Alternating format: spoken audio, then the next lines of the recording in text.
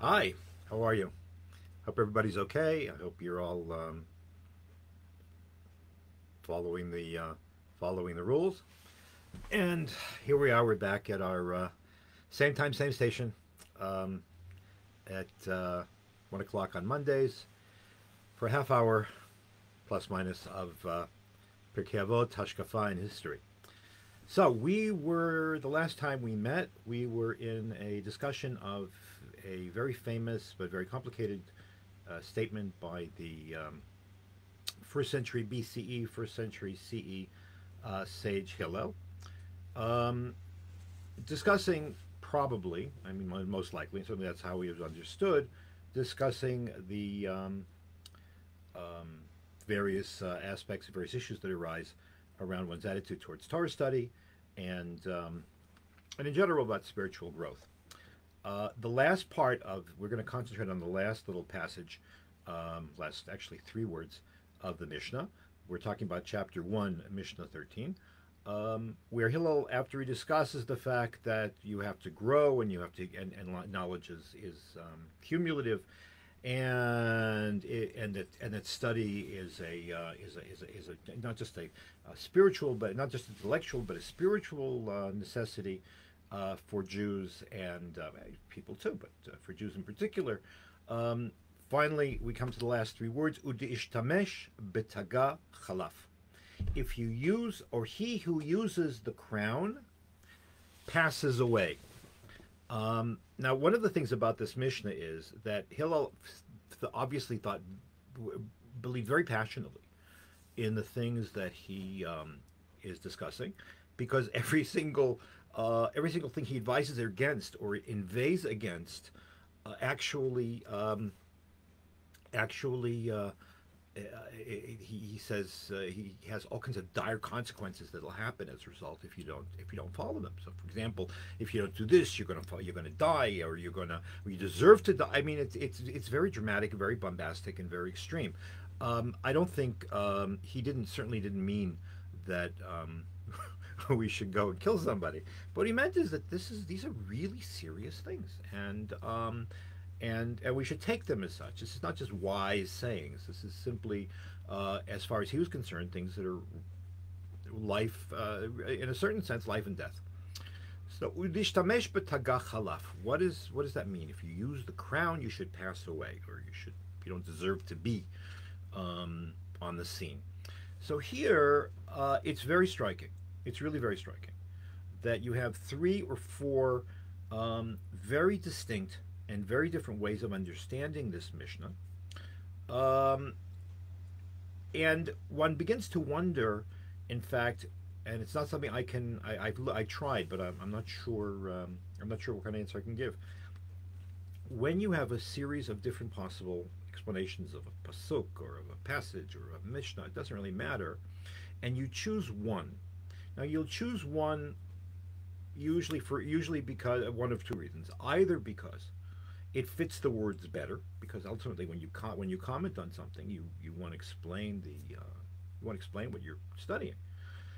Either it fits the words better, or because there's something contemporary about the interpretation you pick.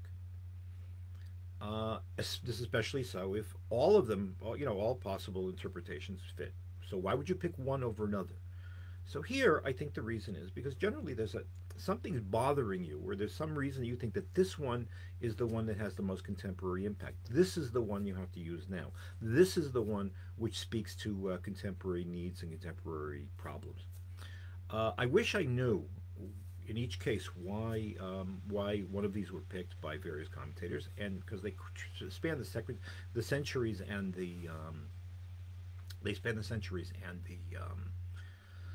and geography, but I have not been able to come up with an answer. But I think, however, that if we go through them, you'll see that for our purposes, every one of them has contemporary import, and I think that's even more striking in terms of sort of like the classical nature of these interpretations of the Mishnah.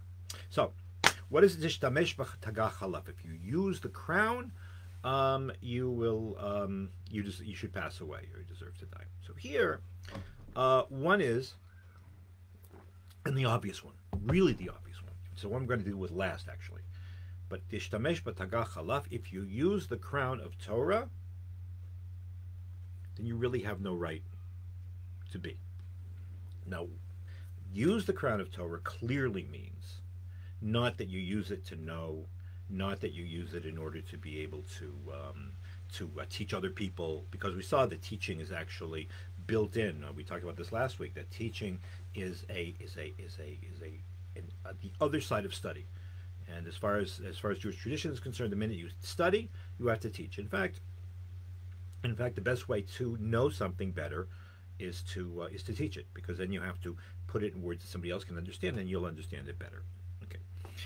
Here we're talking about a person who uses their Torah knowledge or their standing as a scholar for ulterior motives. There's all kinds of ulterior motives, and we're going to look at a few of them in a bit. But that's probably what he had in mind. You're doing all this study. Hillel is saying you're doing all this study, and you know all this stuff, and you're going to go out there and you're going to use it. Now, how are you going to use it? Not constructively or in a way that's not legitimate. What kind of use are we talking about? So then we're going to have to we will talk about in the second half of the half hour. I found even more interesting because it was unexpected. So it was like a curveball when I saw these interpretations vetted, and in circumstances that really I really wouldn't have expected. So one interpretation is ishtamesh b'tagah chalaf, if you use rabbis. In other words, you take those who are adorned with the crown of Torah, and then you use them and you exploit them. That's absolutely totally illegitimate. Why would you use? I mean, what do you mean to use rabbis? You can enlist them to front for your activities. I have to keep thinking about. I like to keep this shiur totally non-political. But the use of rabbis to advance all kinds of causes is a really, it's a dicey operation. It's a dicey business. You're taking another person's credibility and you're using it. Now, if you're using it for a good purpose and you have a good cause, and you go to somebody who's a famous scholar and he's known as pious, and you want him to endorse your product as sort of like a statement of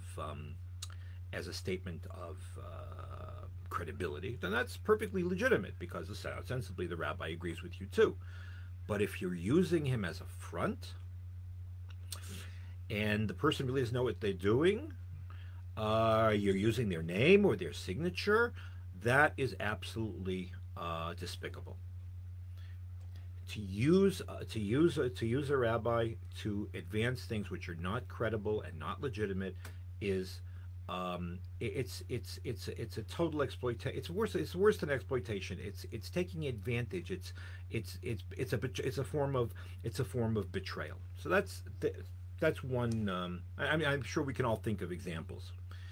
That's one. So that's one way of looking at it.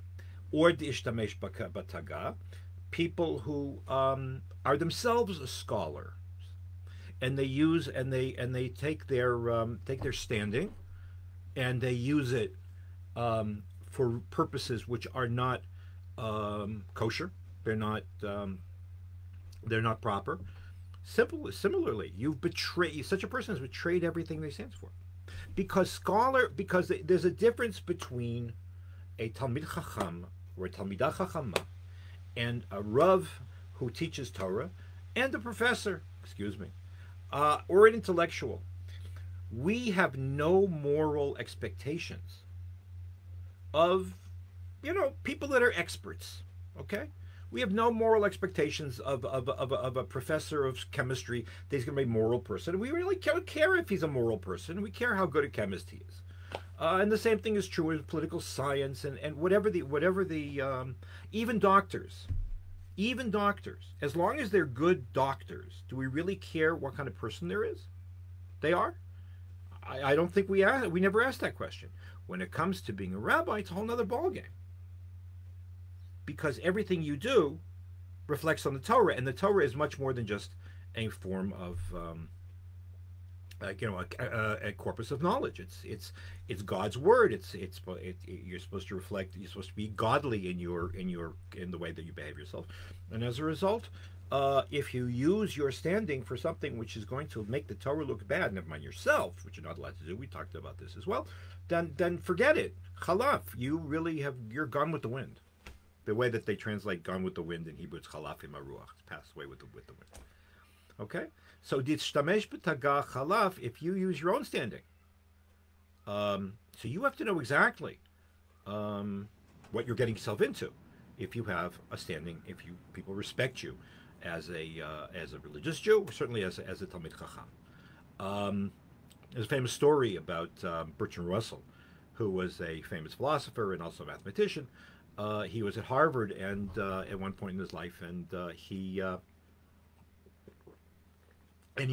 an affair with a married woman who was actually married to one of his colleagues, and he was called on the carpet by the president of the university. And he said, "How can you do this?" He says, "What do you care? I mean, this doesn't affect my teaching at all." So reputedly, the president of Harvard had said to him, "But you're a professor. We have you here visiting as a professor of ethics."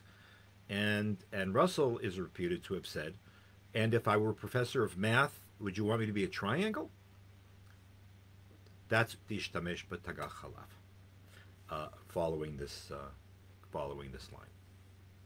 Okay. Interestingly, there's another way of looking at this. Dishtamesh b'tagah. Notice we're not talking about the Torah per se. We're talking about people who represent the Torah. I find this really, really interesting that even though the simple meaning of the line refers to the Torah itself, here we're talking about people who represent Torah. So there's another line of interpretation which says Dishtamesh b'tagah. If you are a teacher and you take advantage of your students, in other words, those who are studying Torah, then you're despicable. How would you do that? First of all, certainly there are many and varied ways that a person can take advantage of their students. One can be arrogant and insist that people work for them and do for them and stuff like that. So that's certainly one way of doing it. Listen, we've all been unfortunately aware over the past, certainly over the past 20 years, and it didn't start then. It's just we're now aware of this. We're very much aware of the fact that there have been learned people who have in fact betrayed the trust of their students and abused them. Whether it's a matter of sexual abuse, whether it's a matter of physical abuse, whether it's a matter of emotional abuse, whether it's a matter of developing cult-like characteristics and exerting authority over them in an irresponsible way. Look, a student is always dependent on the teacher. It's always like every teacher has that responsibility, because the student is not just going to coming to you, especially if you're a rabbi or a talmidah chachama and you have talmidim and talmidot. They're going to come to you not only for information, but they're going to come to you for personal guidance, and that's perfectly legitimate. On the contrary, the Torah is not just a book; it's far more than that. But you have to be able to be sure that that you have a it comes with tremendous responsibility, and far too many. It's very tempting to take advantage of that responsibility, to use your talmidim for your own personal satisfaction, for a power trip, or even even to do your errands, even to. Now here actually you get this is as we're going to pass into another direction in terms of this Mishnah. Now here already you get into a very serious or very important distinction, and an area which shows just how gray this type of thing is. Listen, exploitation is always usher. Exploitation is always wrong, but the truth of the matter is that there is also a mitzvah to l'shamesh talmidei chachamim, to serve and to help scholars. That's a way of showing them honor. I mean, one of the mitzvot in the Torah is to honor Torah scholars. So when a great Torah, not every Torah scholar, but when a great Torah scholar walks in the room, one stands up. When you're talking to your teacher, you don't speak disrespectfully, and you don't cut them off, and whatever the case might be. There is a mitzvah to fear Talmidei Chachamim, and there's a mitzvah to love Talmidei Chachamim, assuming that they deserve it. So therefore, you're actually doing something nice something nice for yourself, and developing more of an intimate relationship with the teacher when you serve them. I remember in my day in Reb Soloveitchik's class, there was one student who his job was every day he would come in and he would clean Rabbi Soloveitchik's classes. So that was his thing. Other people would drive him. To be the Rebbe's driver is a very big deal, because it means that it's like being a secretary. You have a relationship, and it's sort of like it's more intimate, and it's more warm, and it's more familiar. So it's actually something you strive for. I was Rav Soloveitchik's driver for one summer, and it was a privilege and an experience I'll never forget. On the other hand, comes with the Shtamesh B'Tagach Halaf to say, yeah, but you know what? You have to know how to balance that. You have to know what's too much and what's not enough, and what's acceptable and what's not acceptable. And that takes the development of tremendous sensitivity. And the story over here is to live in the world of sensitivity, because the world is not black and white. One of the problems in contemporary society is we are binary. You're either all this or you're all that. And that ain't the way things work. That's not the way the world works. The world is full of nuance, and the world is gray. Reality is gray. So similarly over here, if you have students and there are those whatever, you should, you can, if they want to serve you as another way to make themselves available to help you in whatever way possible. On the one hand, you don't want to deny them their possibility of treating you with respect. You have to be ready to get respect. That's another thing. We'll talk about that in a minute, perhaps. But on the other hand, you got to make sure not to overdo it. And knowing what the line is between the two is very, very difficult. It really is very difficult, but it requires that we do the work to be able to know where that line runs, and it'll be different with every single one of them. If this is the interpretation of the Mishnah, then what Hillel is saying is that he apparently saw a situation in which rabbis or colleagues were way too self-indulgent. They were more than happy to have their students come and serve them and bring them in food and all kinds of whatever, and they were getting off on this kind of deference, and that's what you have to look away. That's what you have to avoid, because it's at that point the question is, why am I receiving this?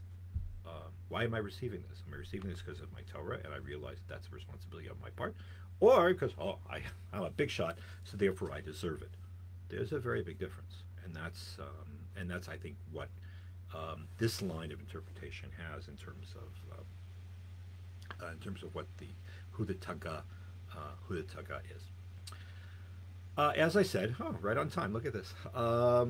As I said before, however, the clear, the most straightforward interpretation, and one of the reasons why I think it comes at the end of this Mishnah, because don't forget, it starts off, we start talking about studying and keeping up on one's studies and making sure and the importance of learning Torah, and as I said, now knowledge is cumulative. So when you get to that, when the whole process is finished, or you've gotten to a series of achievements, a series of accomplishments, then what happens is that I'm a big shot. So what happens if your motivations are mixed? What happens if your motivations are mixed? People are complicated, and a certain amount of healthy narcissism is always good anyways, right?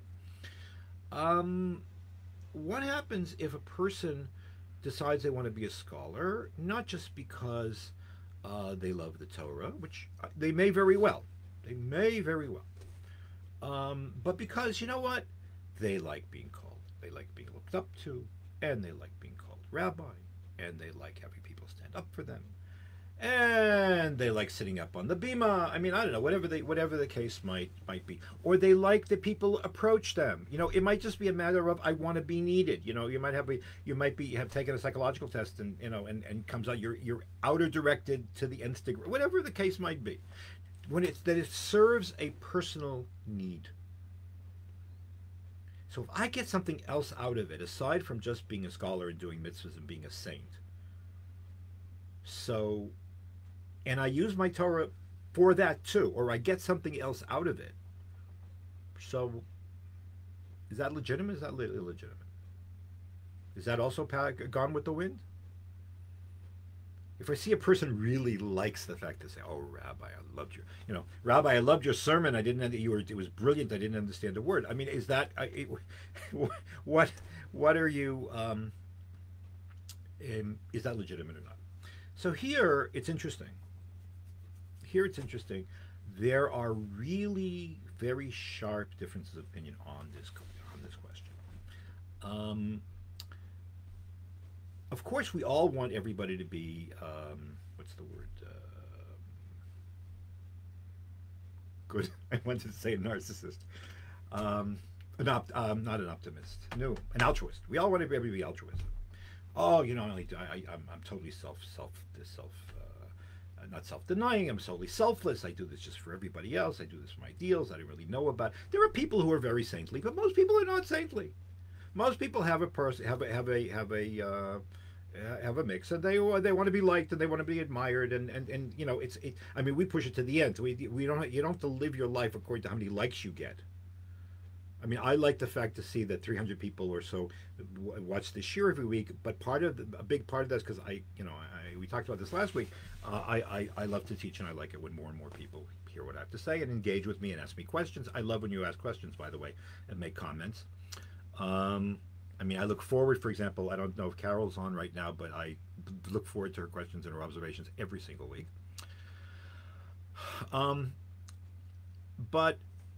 So we're all mixed. So if you're a mix, is there room for less than perfection? So if you look at the words, ishtamesh b'tagach halaf, any untoward use of your Torah, of your knowledge, is exploitation and therefore gone with the wind. That's pretty heavy. So the truth of the matter is the rabbis were less. Hillel might have been a bit more doctrinaire, which is interesting because Hillel is usually the guy who goes with the flow, right? He's the guy that he's known as the one who's very patient, and he used to greet everybody nicely, and he wasn't so strict with people that visited him.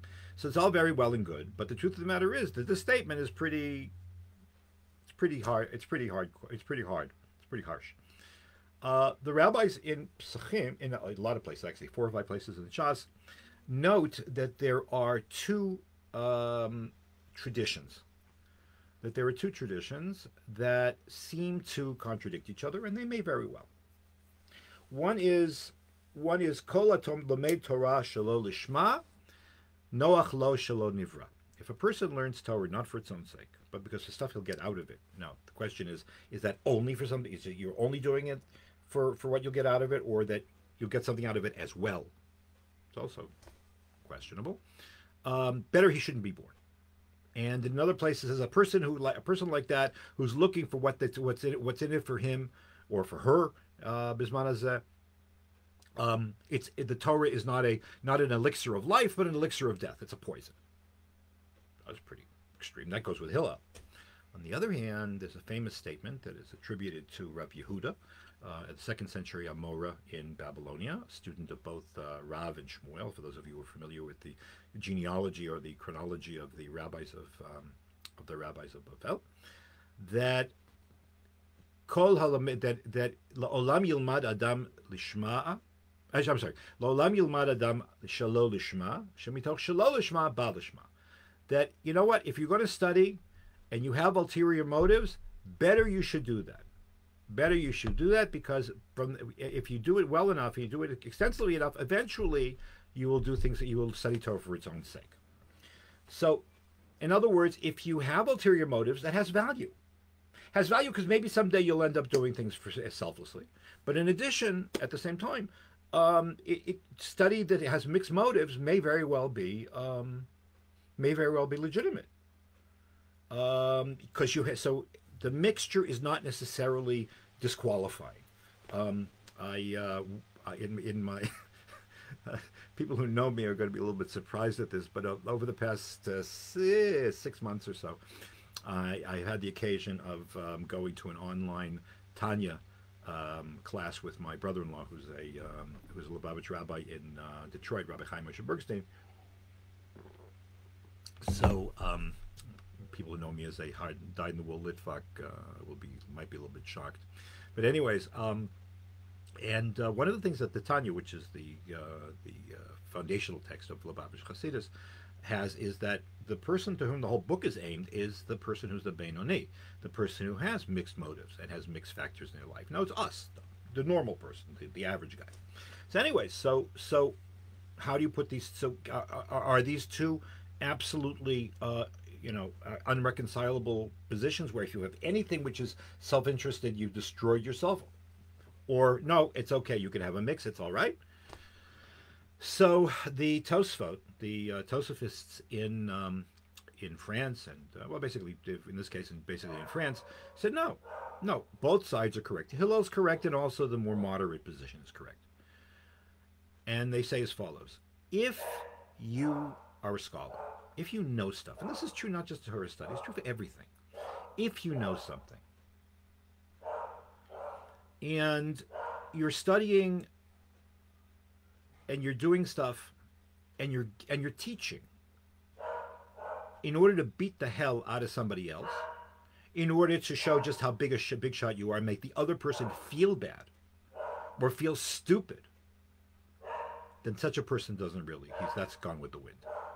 Dishtamesh b'tagah chalaf, a person who uses the crown to beat somebody else up. Later on, Hillel is going to say in a different version, don't use the Torah kardom lach porba. Don't use the Torah as an axe to chop with or to dig with. We'll see that may mean something else as well, but here it means don't use the Torah like an axe and cleave your friend's head with it because he's a nobody and what the hell do you know? And there are plenty of people like that. There are plenty of arrogant people like that who will use their language, say, what right do you have an opinion? What right do you have to open your mouth? What right do you have to say anything? I'm a big shot. I studied here and I studied there and I know this and I know that and so on. We've all met people like that. That's samachayim. That when you do that, that's turning Torah into poison. That's a person better they shouldn't have been born. However, a person who, he's a normal individual. He's a person who likes it when people respect him. He likes being called rabbi. He likes being called mora. She likes being called mora. She likes being called rabbanit. But at the same time, she loves teaching. That's not illegitimate. That's not exploit. Dishtamesh does not mean if you use the Torah. It means if you use the Torah exploitatively. If you exploit the Torah to advance a bad cause. If you use the Torah to advance maybe politics, I don't know. If you use the Torah per se in order to take advantage of students, to exploit students. If you use the Torah to exploit your standing in order to be able to get something out of it, whether it's a matter of some kind of